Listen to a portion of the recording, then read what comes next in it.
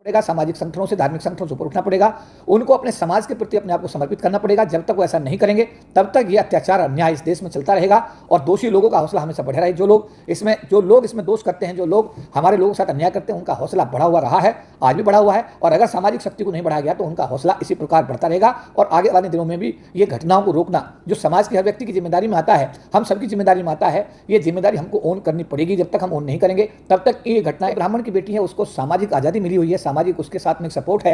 हमारी दलित बेटी के साथ ना सामाजिक सपोर्ट है, ना उसकी आर्थिक सपोर्ट है, बिरादरी की सपोर्ट भी नहीं देखी जाती है। तो वो उसको इसीलिए लोगों का दुस्साहस भी होता है कि वो लोग ऐसी हरकतें करने से उनको डर नहीं लगता है। फिर रहा अगली स्टेज में पुलिस प्रशासन है। पुलिस प्रशासन भी जो है इस मामले में जो उसकी जिम्मेदारी, मुख्यमंत्री जो उत्तर प्रदेश से हैं वो ठाकुर समाज से आते हैं, तो निश्चित रूप से जो सामान्य जाति के लोग हैं उनका अपने आप एक हौसला बढ़ा रहता है। ये सामान्य बातें हैं और उन्हीं की सरकार है, उन्हीं के लोग ये सब कर रहे हैं। तो मुख्यमंत्री बहुत ही निष्पक्ष व्यक्ति के रूप में वो जाने जाते हैं और उनके बारे में ये कहा जाता है कि वो दोषी आदमी चाहे किसी भी जाति का रहा हो उसके साथ कोई समझौता नहीं करते। तो मैं तो मुख्यमंत्री से मांग करूंगा कि वो इसका संज्ञान लें और दोषी व्यक्तियों को उनके खिलाफ।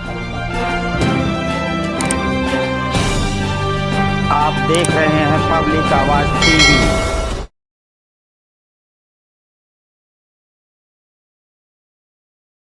और घटना हुई जो कि दलित बेटी के साथ राम मंदिर परिसर में गैंगरेप हुआ है।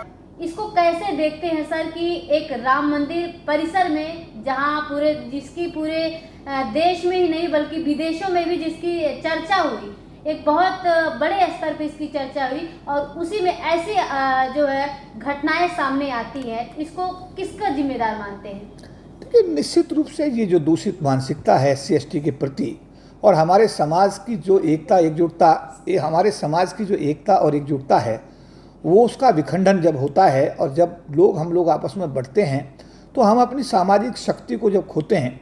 और ये हमारी बेटियों के साथ में ना केवल, देखिए, राम मंदिर का तो एक कहेंगे कि ये घटना तो इतनी बड़ी घटना है कि 9 लोगों ने 9 दिन तक एक दलित समाज की बेटी के साथ रेप किया और उसके बाद उसकी उन्होंने FIR भी नहीं होने दी। उस बिटिया ने बड़ा साहस करके वहाँ पर कैंट थाना जा कर के अपनी FIR दर्ज की। तो वो कैंट थाने जाने के बाद वो लोग भी मना कर रहे थे।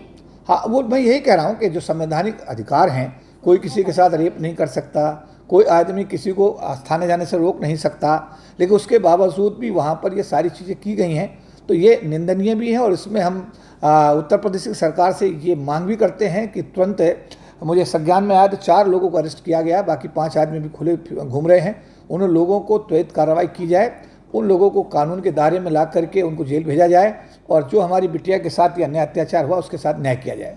सर, वो तो BA करती हुई लड़की, यानी कि देखा जाए दलित समाज की जो बेटी BA कर रही है, उसको क्या जरूरत है कि जो माता पिता एक मंदिर के अंदर उसे सफाई करने के लिए भेज देते हैं?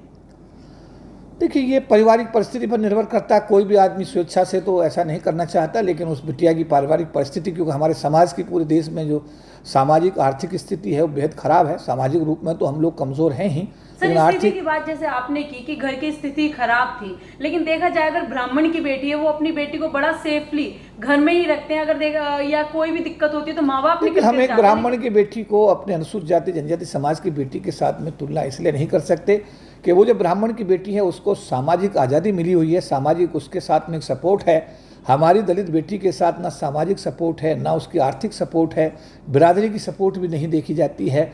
तो वो उसको इसीलिए लोगों का दुस्साहस भी होता है कि वो लोग ऐसी हरकतें करने से उनको डर नहीं लगता है। फिर रहा अगली स्टेज में पुलिस प्रशासन है। पुलिस प्रशासन भी जो है इस मामले में जो उसकी जिम्मेदारी उसका निर्वहन नहीं करता है।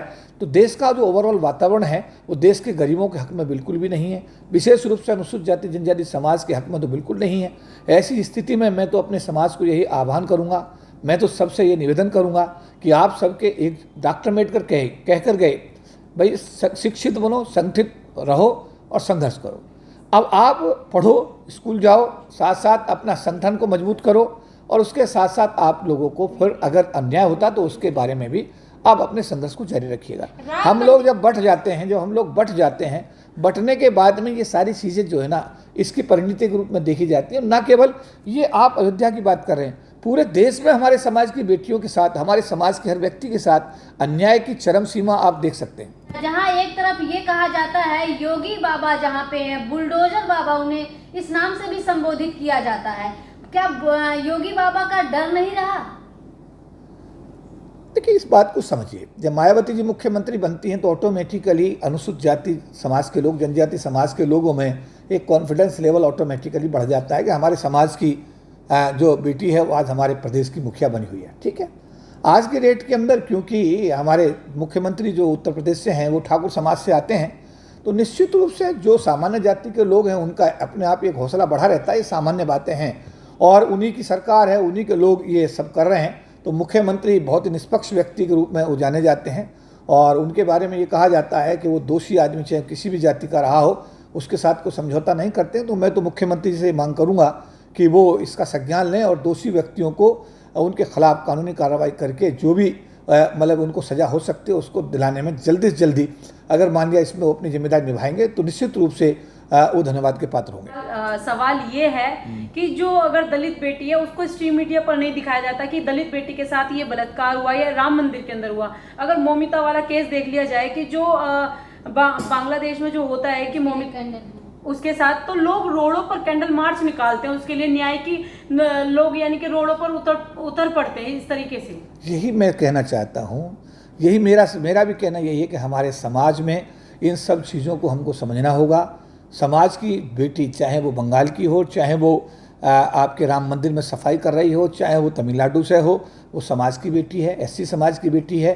लेकिन वो भारत की नहीं, मैं वही मेरा ये कहना है कि वो जो बेटी है वो भारत की बेटी है, वो भारत की बेटी है। लेकिन इस देश का जातिवादी सिस्टम उसको भारत की बेटी नहीं मानता, उसको दलित की बेटी मानता है। यही कारण है कि वो दलित की बेटी समझकर उसके साथ रेप भी करता है और कई बार उसकी हत्या करके नहीं उसको पेड़ पर टांग देता है और पुलिस अधिकारी आकर के उसको सुसाइड केस बना करके फाइल को बंद कर देते हैं। तो पूरा का पूरा देश का सिस्टम जो है वो अनुसूचित जाति जनजाति समाज के, तो मैं कहूँगा कि 100% खिलाफ है। ऐसे समय में अपने समाज के अधिकारों की रक्षा के लिए एक एक आम को और एक एक खास को आगे आना पड़ेगा। सभी दलों के जो लोग हैं, सभी पार्टियों के जो लोग हैं, सभी संगठनों के जो लोग हैं जो दलित समाज से जुड़े हुए हैं, उन सब लोगों को पार्टी लाइन से ऊपर उठना पड़ेगा, सामाजिक संगठनों से, धार्मिक संगठनों से ऊपर उठना पड़ेगा।